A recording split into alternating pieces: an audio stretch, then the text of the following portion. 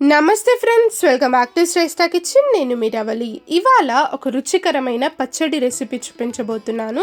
ఇదే మన బీరకాయ పొట్టు పచ్చడి. ఇది చాలా అంటే చాలా హెల్దీ, టేస్టీ కూడా. హెల్దీ ఎలాగంటారా, బీరకాయ గురించి మనకందరికీ తెలిసిందే కదా, ఫైబర్ రిచ్ వెజిటబుల్ అనమాట. అదే కాకుండా బీరకాయ పొట్టులో చాలా అంటే చాలా ఫైబర్ ఉంటుంది. అందులోనే మెయిన్ ఫైబర్ అంతా కూడా ఉంటుంది. సో ఆ పొట్టుతోని మనం ఇవాళ పచ్చడి చేసుకోబోతున్నాం. ఇది చాలా అంటే చాలా టేస్టీగా సూపర్గా ఉంటుంది. బీరకాయలు చూడండి, నేను ఇక్కడ టెర్రస్ గార్డెన్లో వచ్చేసాయి. ఎంత బాగా ఉన్నాయి చూసారు కదా, పొడువుగా ఇలా మంచిగా బీరకాయలు వచ్చేసాయి. అమ్మ ఇక్కడ అన్నీ కూడా తెంపుతుంది. ఇలా ఈ బీరకాయలు అన్నీ కూడా మంచిగా కోసేసుకొని నేను ఇక్కడ ఒక 6 బీరకాయలు మంచిగా వాష్ చేసుకొని తీసుకున్నాను. చూసారా, ఈ విధంగా తీసుకొని నేను ఇక్కడ కట్ చేసి కూడా చూపిస్తున్నాను. ముందుగా ఈ బీరకాయ తొడిమే ఇక్కడ లాస్ట్లో ఉన్న ఇది కూడా తీసేసుకుందాము. ఆ తర్వాత చూడండి, ఈ విధంగా మనము పచ్చడికి అయితే ఈ పొట్టంతా కూడా ఇలా కట్ చేసుకొని తీసుకోవాలి. చూసారా, మనం కూర వండుకునేటప్పుడు ఇదంతా కూడా తీసుకోని అవసరం లేదండి. ఓన్లీ ఆ హార్డ్ పార్ట్ ఏదైతే ఉంటుందో అది మాత్రమే తీసుకోవాలి. నేను ఇక్కడ పచ్చడి కోసం తీస్తున్నాను కాబట్టి ఇలా ఈ పొట్టంతా కూడా మంచిగా ఇలా కట్ చేసుకొని తీసుకుంటున్నాను. ఇదే విధంగా అన్ని బీరకాయల పొట్టు కూడా మనము ఇలా కట్ చేసుకొని రెడీగా పెట్టేసుకుందాము. చూసారా, ఈ విధంగా మనకు పొట్టు అనేది ఉండాలి. నేను ఇక్కడ అన్ని బీరకాయలు ఒక 6 బీరకాయలు తీసుకున్నా కదా, అదంతా కూడా ఇలా కట్ చేసుకొని తీసుకున్నాను. ఈ పొట్టు కూడా మనం ఇలా సన్నగా చిన్న తరుక్కొని తీసుకోవాలి. దాని పక్కన పెట్టేసుకొని నేను ఇక్కడ స్టవ్ మీద ఒక ప్యాన్ పెట్టుకున్నాను. ఇందులోకి ఒక 1 కప్ అంతా నేను ఇక్కడ నువ్వులు తీసుకుంటున్నాను. ఈ పచ్చడిలో నువ్వులు వేయడం వల్ల చాలా టేస్ట్ ఉంటుంది, అలాగే హెల్తీ కూడా. ఎందుకంటే నువ్వులలో చాలా అంటే చాలా కాల్షియం ఉంటుంది. కాల్షియం మన బోన్స్కి చాలా మంచిది కదా.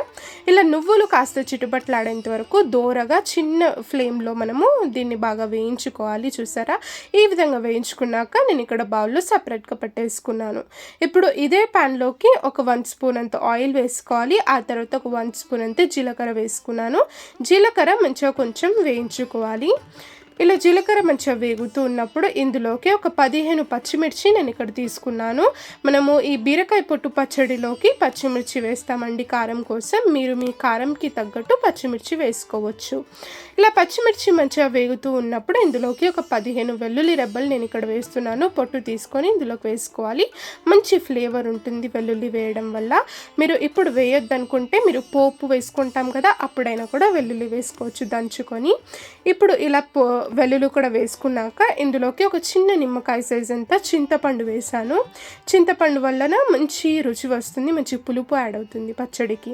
ఇలా ఇదంతా కూడా వేగుతూ ఉన్నప్పుడు ఇందులోకి మనం రెడీ చేసి పెట్టుకున్న ఈ బీరకాయ పొట్టు అంతా కూడా వేసేసుకొని మంచిగా ఒకసారి కలిపేసుకుందాము.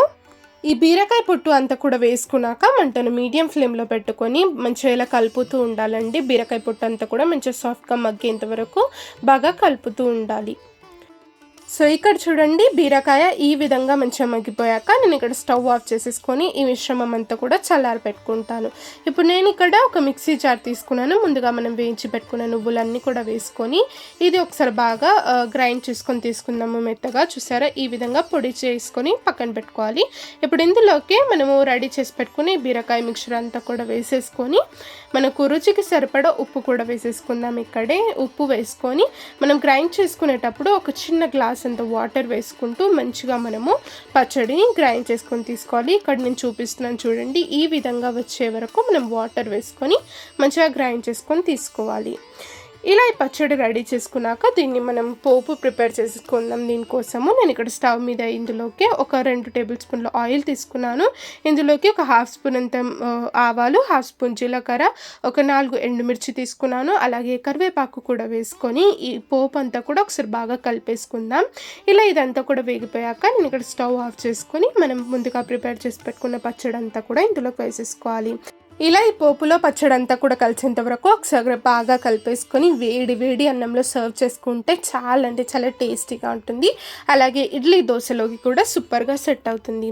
బీపీ షుగర్ ఉన్న వాళ్ళు నిల్వ పచ్చళ్ళు తినాలంటే భయపడుతూ ఉంటారు కదా, అలాంటి వాళ్ళు ఇలా ఇన్స్టెంట్గా రోటి పచ్చళ్ళు చేసుకొని తినేసేయచ్చండి. ఇది హెల్తీ కూడా, అలాగే టేస్ట్ మాత్రం అద్దిరిపోతుంది. బీపీ ఎక్కువగా ఉన్నప్పుడు కొంచెం ఉప్పు కారం అనేది లైట్గా వేసుకొని ప్రిపేర్ చేసుకుంటే సూపర్గా ఉంటుంది. ఈ రెసిపీ నచ్చితే లైక్ చేయండి, షేర్ చేయండి, మన ఛానల్ని సబ్స్క్రైబ్ కూడా చేసుకోండి. Thank you.